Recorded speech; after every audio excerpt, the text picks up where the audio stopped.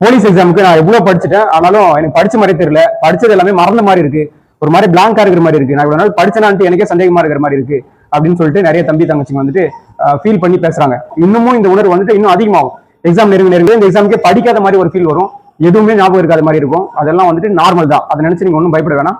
நீங்க எக்ஸாம் வந்துட்டு எழுதுறதுக்கு முன்னாடி எக்ஸாம் எழுதுற மாதிரியான ஒரு எக்ஸாம் வந்துட்டு எழுதி பார்க்கறது ரொம்ப நல்லது. அதுக்காக தான் நம்ம மகிழன் போலீஸ் அகாடமில நாளை காலைல முழு மாதிரி தேர்வு ஃபுல்லா ஒரு எக்ஸாம் நீங்க எப்படி எழுத போறீங்களோ அதே மாதிரியான பேட்டர்ல கொஸ்டின் எல்லாமே எடுத்து, அதாவது Tamil eligible test, psychology, GK எல்லாமே எடுத்து டெஸ்ட் வைக்கிறோம். நாளை காலைல 9:30 மணிக்கு விக்கிரவாண்டியில இருக்கிற சூர்யா காலேஜ்ல டெஸ்ட் நடக்க போகுது.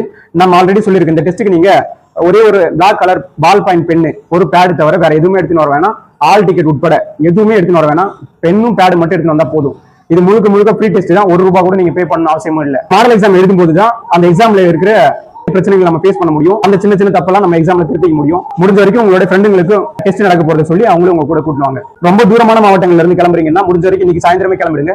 உங்களுக்கு டெஸ்ட்டுக்கு வர்றதுக்கு எத்தனை மணிக்கு ஸ்டார்ட் ஆக போகுது, எங்க வரணும், எப்படி வரணும் அப்படின்ட்டு உங்களுக்கு வர்றது சம்பந்தமாவோ இல்ல எக்ஸாம் சம்பந்தமாவோ எந்த சந்தேகம் இருந்தாலும் கீழே இருக்கிற நம்பருக்கு கால் பண்ணுங்க. நான் எப்போ வேணாலும் அட்டன் பண்ணி உங்களுக்கு பதில் சொல்றேன். நன்றி.